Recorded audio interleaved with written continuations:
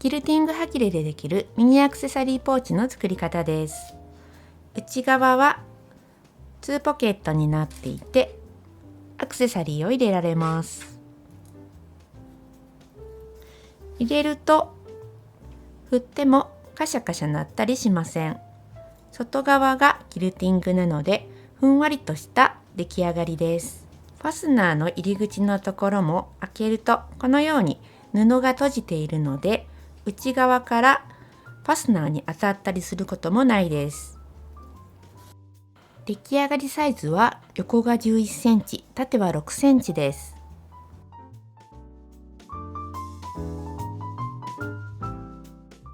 材料はこちらです。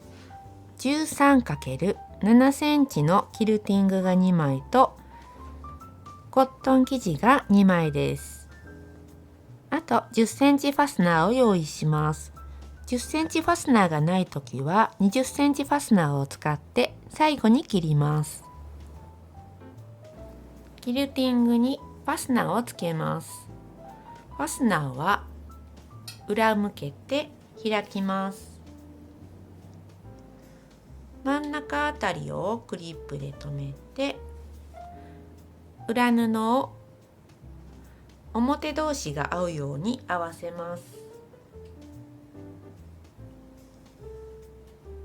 クリップを留め替えて、上端が揃うように留めます。端は後でスライダーを動かすのでそのままでも大丈夫です。端から 5mm を端まで縫います。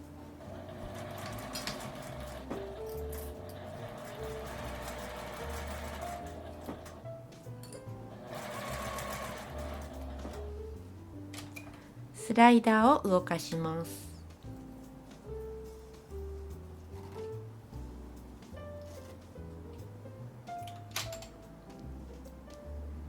端を合わせて縫います。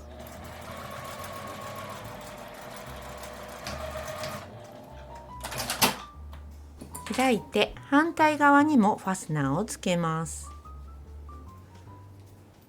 表同士が合うように合わせて、さっきと同じように真ん中をクリップで留めます。表が内側になるようにして端を揃えて留めます。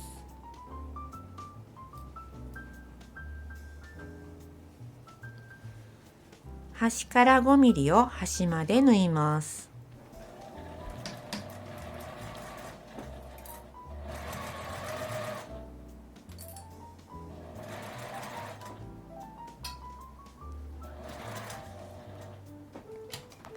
スライダーを動かします。端を揃えて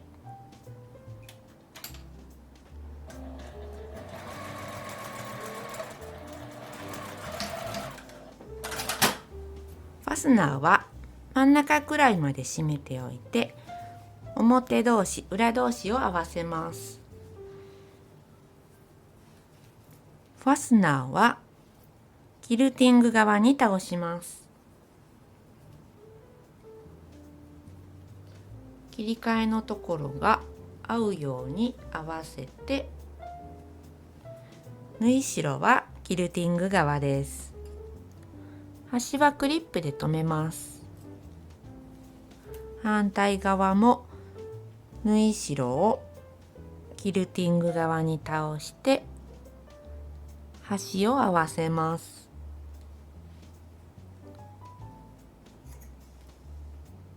クリップで留めます。コットン生地の底に返し口の印をつけます。5センチです。真ん中あたりに5センチ、返し口を開けてぐるりと1センチの縫い代で縫います。返し口の端のところから縫います。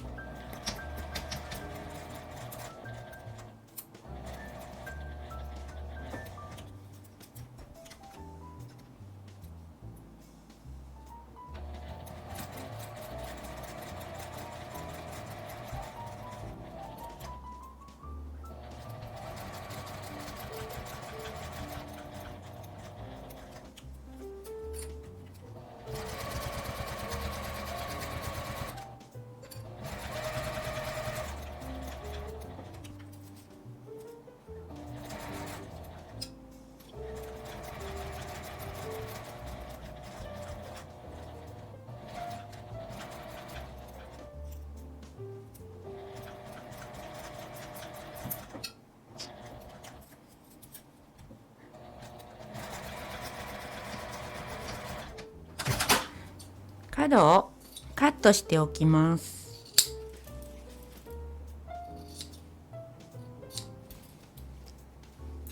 返し口から表に返します。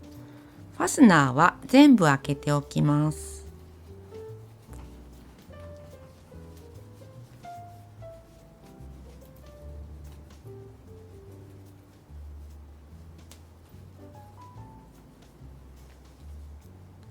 返し口から指を入れて端を出します。キルティングなので角が綺麗には出ませんが、少し丸みがあるのも可愛いと思います。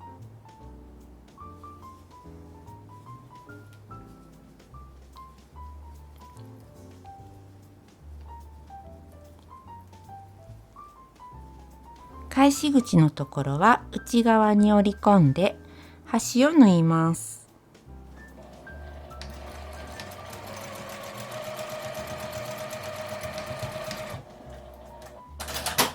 裏布を内側に入れて整えたら出来上がりです。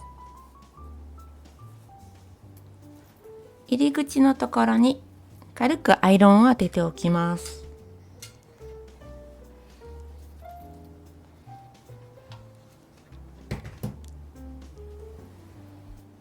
真ん中に仕切りを縫います。下から3センチだけ縫います。全部上まで入れてしまうと出し入れがしにくいので、真ん中の下から3センチだけ縫います。仕切りはなしでこのままミニポーチとして仕上げても良いです。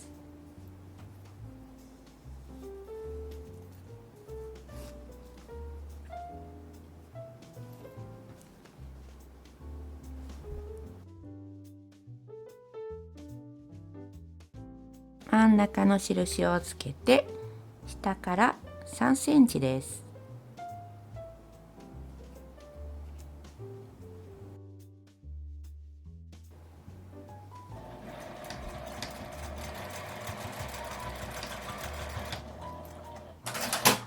このように浅めのポケットができました。裏布をきれいに押し込んで、これで出来上がりです。